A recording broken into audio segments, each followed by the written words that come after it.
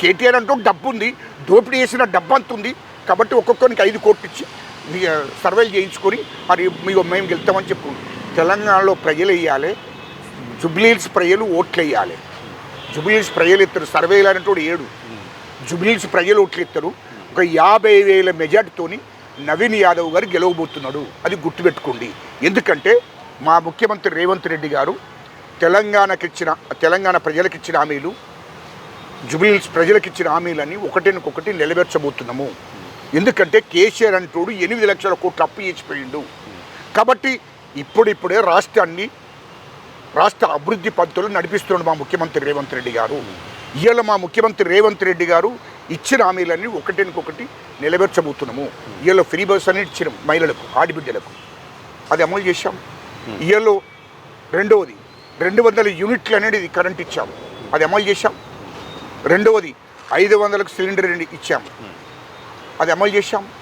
రెండవది సన్న బియ్యం అని చెప్పాము, తెలంగాణ ప్రజలందరికీ సన్న బియ్యం ఇస్తున్నాం, జుబ్లీహిల్స్ ప్రజలకు కూడా సన్న బియ్యం ఇస్తున్నాం. రేషన్ కార్డు 10 ఏళ్ళు వాడు ఇవ్వలేదు. కేసీఆర్ ముఖ్యమంత్రి ఉండి వీడు కేటీఆర్ ఉంది, 10 ఏళ్ళు రేషన్ కార్డులు ఇవ్వలేదు పేద ప్రజలకు. కానీ మేము రేషన్ కార్డులు తెలంగాణ మొత్తం కూడా ఇచ్చాం.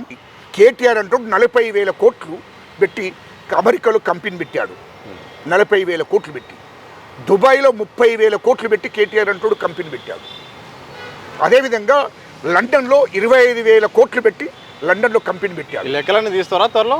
లెక్కలన్నీ అన్నిటి మీద విచారణ జరుగుతుంది. ఇయల్లో అక్కడ 25,000 కోట్లు పెట్టి అక్కడ పెట్టాడు. ఇదే హరీష్ రావు సింగపూర్లో 25,000 కోట్లతో కంపెనీ పెట్టాడు. ఈ డబ్బంతా ఎక్కడి నుండి వచ్చింది? ఇది ప్రజలకు చెప్పాలి కదా, ఇది జుబ్లీహిల్స్ ప్రజలకు కూడా చెప్పాలి కదా ఎక్కడి నుండి వచ్చింది ఆ డబ్బంతా. ఇదంతా దోపిడీ చేసిన డబ్బు కదా, ఇదంతా దోపిడీ చేసుకున్న డబ్బు కదా, ఈ డబ్బంతా ఎక్కడి నుండి వచ్చిందని మేము అడుగుతున్నాం. అది జుబ్లీహిల్స్ ప్రజలకు చెప్పాలి, తెలంగాణ ప్రజలకు కూడా చెప్పాలి కదా. అది ప్రజల సొమ్ము, ప్రభుత్వం సొమ్ము, డబ్బా సొమ్ము కాదు కదా, దానికి చెప్పాలి కదా ప్రజలకు ఇదంతా ఎక్కడి నుండి వచ్చింది. రెండవది 2014 కన్నా ముందు మీ పరిస్థితి ఏంటి? 2014 కన్నా ముందు మీ పరిస్థితి ఏంటి?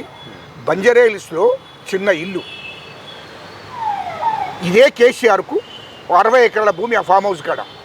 అటువంటిది కేసీఆర్కు 600 ఎకరాల భూమి అయింది అక్కడ పెద్ద ఫామ్ హౌస్ కట్టాడు కేసీఆర్.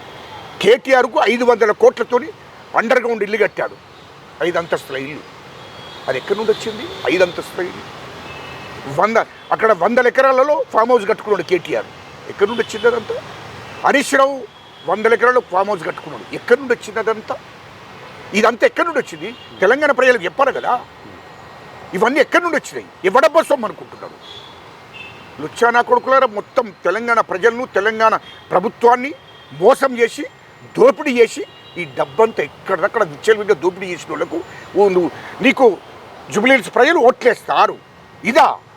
ఇది ప్రజలకు తెలియదా?